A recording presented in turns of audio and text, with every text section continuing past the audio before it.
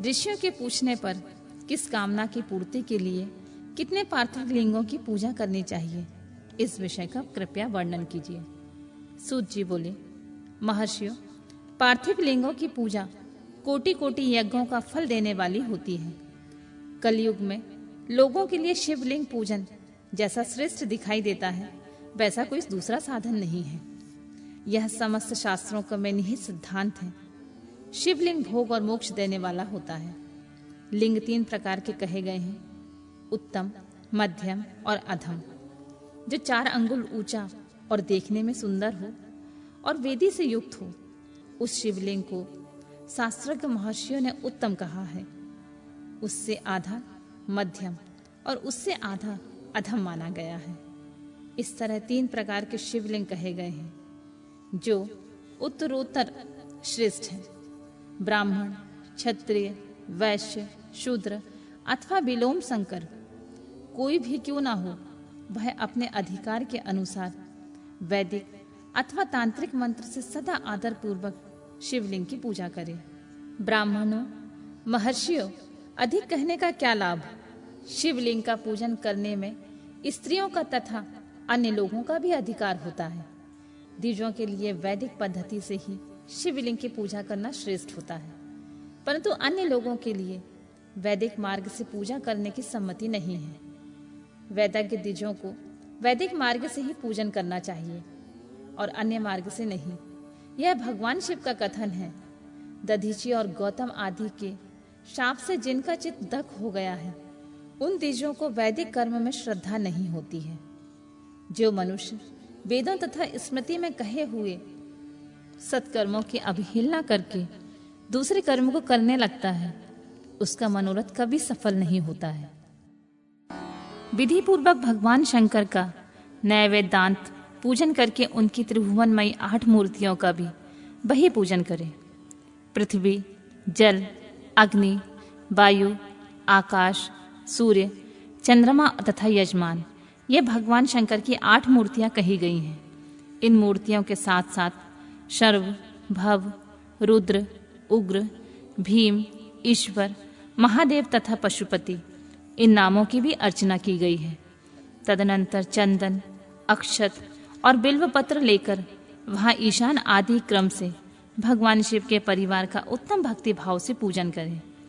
ईशान, नंदी, चंड, महाकाल, भृंगी, वृष, स्कंदन, कदर्पी, सोम तथा शुक्र, ये 10 शिव के परिवार हैं, जो क्रमशः ईशान आदि 10 दिशाओं में पूजनीय हैं। तत्पश्चात भगवान शिव के समक्ष वीरभद्र का और पीछे कीर्ति मुख का पूजन करके विधि पूर्वक 11 रुद्रों की पूजा करें।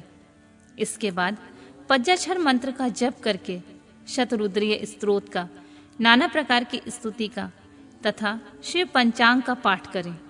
तत्पश्चात परिक्रमा और नमस्कार करके शिवलिंग का विसर्जन करें। इस प्रकार मैंने शिव पूजन की संपूर्ण विधि का आदर पूर्वक वर्णन किया। रात्रि में देव कार्य को सदा उत्तराभिमुख होकर ही करना चाहिए। इसी प्रकार शिव पूजन भी पवित्र भाव से सदा उत्तराभिमुख होकर ही करना उचित है। जहाँ शिवलिंग स्थापित हो, उससे पूर्व दिशा का आश्रय लेकर नहीं बैठना चाहिए या खड़े होना चाहिए, क्योंकि वह दिशा भगवान शिव के आगे या सामने पड़ती है। इष्ट देव का सामना रोकना ठीक नहीं। शिवलिंग से उत्तर दिशा में भी ना बैठें, क्योंकि उधर भगवान शंकर का वामांग है, जिसमें शक्ति स्वरूपा देवी उमा विराजमान है। पूजक को शिवलिंग से पश्चिम दिशा में भी नहीं बैठना चाहिए, क्योंकि वह आराध्य देव का पृष्ठ भाग है। पीछे की ओर से पूजा करना उचित नहीं है। अतः अवशिष्ट दक्षिण दिशा ही ग्राह्य है, उसी का आश्रय लेना चाहिए। तात्पर्य यह है कि शिवलिंग से दक्षिण दिशा में उत्तराभिमुख होकर बैठें और पूजा करें। विद्वान पुरुष को चाहिए कि वह भस्म का त्रिपुंड लगाकर, रुद्राक्ष की माला लेकर तथा बिल्व पत्र का संग्रह करके ही भगवान शंकर की पूजा करे। इसके बिना नहीं। मुनिवरों, शिव पूजन आरंभ करते समय यदि भस्म ना मिले तो मिट्टी से भी ललाट में त्रिपुंड अवश्य कर लेना चाहिए। ऋषि बोले, मुने, हमने पहले से ही यह बात सुन रखी है कि भगवान शिव का नैवेद्य नहीं ग्रहण करना चाहिए। इस विषय में शास्त्र का क्या निर्णय है, यह बताइए। साथ ही बिल्व का महत्व भी प्रकट कीजिए। सूत जी बोले, मुनियों, आप शिव संबंधी व्रत का पालन करने वाले हैं, अतः आप सबको शत शत धन्यवाद है। मैं प्रसन्नता पूर्वक सब कुछ बताता हूँ, आप सावधान होकर सुने। जो भगवान शिव का भक्त है, बाहर भीतर से पवित्र और शुद्ध है, उत्तम व्रत का पालन करने वाला तथा दृढ़ निश्चय से युक्त है, वह शिव नैवेद्य का अवश्य भक्षण करे।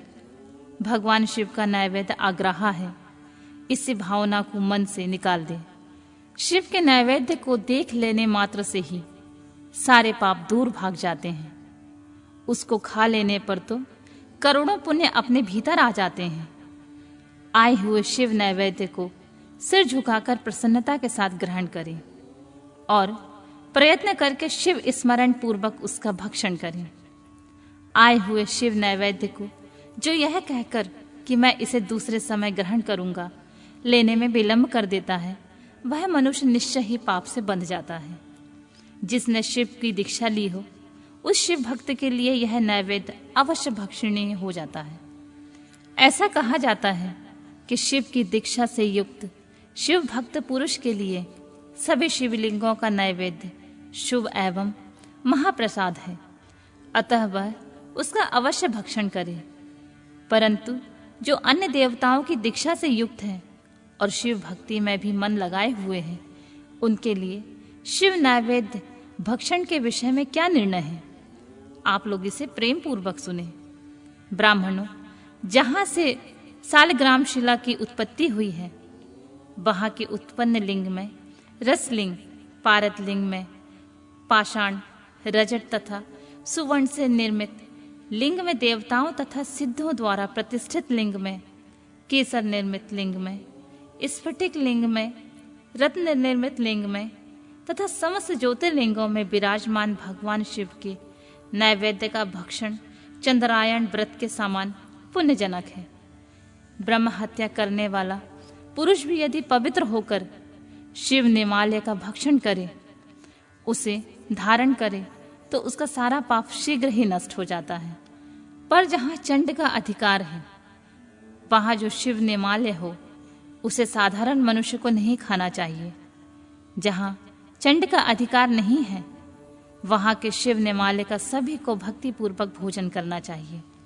बाणलिंग, नर्मदेश्वर, लोह निर्मित स्वर्ण आदि धातुमय लिंग, सिद्ध लिंग, जिन लिंगों की उपासना से किसी ने सिद्धि प्राप्त की है अथवा जो सिद्धों द्वारा स्थापित हैं, वे लिंग, स्वयंभू लिंग, इन सब लिंगों में तथा शिव की प्रतिमाओं में चंड का अधिकार नहीं है। जो मनुष्य शिवलिंग को विधि पूर्वक स्नान कराकर उस स्नान के जल का 3 बार आचमन करता है, उसके कायिक, वाचिक और मानसिक तीनों प्रकार के पाप यह शीघ्र नष्ट हो जाते हैं। जो शिव नैवेद्य, पत्र, पुष्प, फल और जल अग्रहा है, वह सब भी शालिग्राम शिला के स्पर्श से पवित्र ग्रहण के योग्य हो जाता है। मुनीश्वरों, शिवलिंग के ऊपर चढ़ा हुआ जो द्रव्य है वह अग्रहा है। जो वस्तुलिंग स्पर्श से रहित है, जिस वस्तु को अलग रखकर शिव जी को निवेदित किया जाता है, लिंग के ऊपर नहीं चढ़ाया जाता, उसे अत्यंत पवित्र जानना चाहिए। मुनिवरों, इस प्रकार नैवेद्य के विषय में शास्त्र का निर्णय बताया गया है। अब तुम लोग सावधान होकर आदर पूर्वक बिल्व का महात्म सुनो। यह बिल्व वृक्ष महादेव का भी रूप होता है। देवताओं ने भी इसकी स्तुति की है। फिर जिस किसी तरह से इसकी महिमा कैसे जानी जा सकती है? तीनों लोकों में जितने पुण्य तीर्थ प्रसिद्ध हैं, वे संपूर्ण तीर्थ बिल्व के मूल भाग में निवास करते हैं। जो पुण्यात्मा मनुष्य बिल्व के मूल रूप में लिंग स्वरूप अविनाशी महादेव जी का पूजन करता है, वह निश्चित ही शिव पद को प्राप्त कर लेता है। जो बिल्व की जड़ के पास जल से अपने मस्तक को सींचता है, वह संपूर्ण तीर्थ में स्नान का फल पा लेता है और वही इस भूतल पर पावन माना जाता है। इस बिल्व की जड़ के परम उत्तम थाले को जल से भरा हुआ देखकर महादेव जी पूर्णतः संतुष्ट होते हैं। जो मनुष्य गंध, पुष्प आदि से बिल्व के मूल भाग का पूजन करता है वह शिवलोक को पाता है और इस लोक में भी उसकी सुख संतति बढ़ती है। जो बिल्व की जड़ के समीप आदर पूर्वक दीपावली जलाकर रखता है वह तत्व ज्ञान से संपन्न हो भगवान महेश्वर से मिल जाता है। जो बिल्व की शाखा थामकर हाथ से उसके नए नए पल्लव उतारता है और उनसे बिल्व की पूजा करता है वह सब पापों से मुक्त हो जाता है। जो बिल्व की जड़ के समीप भगवान शिव में अनुराग रखने वाले एक भक्त को भी भक्ति पूर्वक भोजन कराता है उसे कोटि गुना पुण्य प्राप्त होता है। जो बिल्व की जड़ के पास शिव भक्त को खीर और घृत से युक्त अन्न देता है वह कभी दरिद्र नहीं होता है। ब्राह्मणों, इस प्रकार मैंने सांगोपांग शिवलिंग का पूजन का वर्णन किया है। यह प्रवृत्ति मार्गी तथा निवृत्ति मार्गी पूजकों के भेद से दो प्रकार का होता है। प्रवृत्ति मार्गी लोगों के लिए पीठ पूजा इस भूतल पर संपूर्ण अभीष्ट वस्तुओं को देने वाली होती है। प्रवृत्त पुरुष सुपात्र गुरु आदि के द्वारा ही सारी पूजा संपन्न करे और अभिषेक के अंत में अगहनी के चावल से बना हुआ नैवेद्य निवेदन करे। पूजा के अंत में शिवलिंग को शुद्ध संपुट में विराजमान करके घर के भीतर कहीं अलग रख दे। निवृत्ति मार्गी उपासकों के लिए हाथ पर ही शिव पूजन का विधान है। उन्हें भिक्षा आदि से प्राप्त हुए अपने भोजन को ही नैवेद्य रूप में निवेदित कर देना चाहिए। निवृत्त पुरुष के लिए सूक्ष्म शिवलिंग ही श्रेष्ठ बताया गया है। वे विभूति से पूजन करें और विभूति को ही अपना नैवेद्य के रूप में निवेदित करें। पूजा करके उस लिंग को सदा अपने मस्तक पर धारण करें।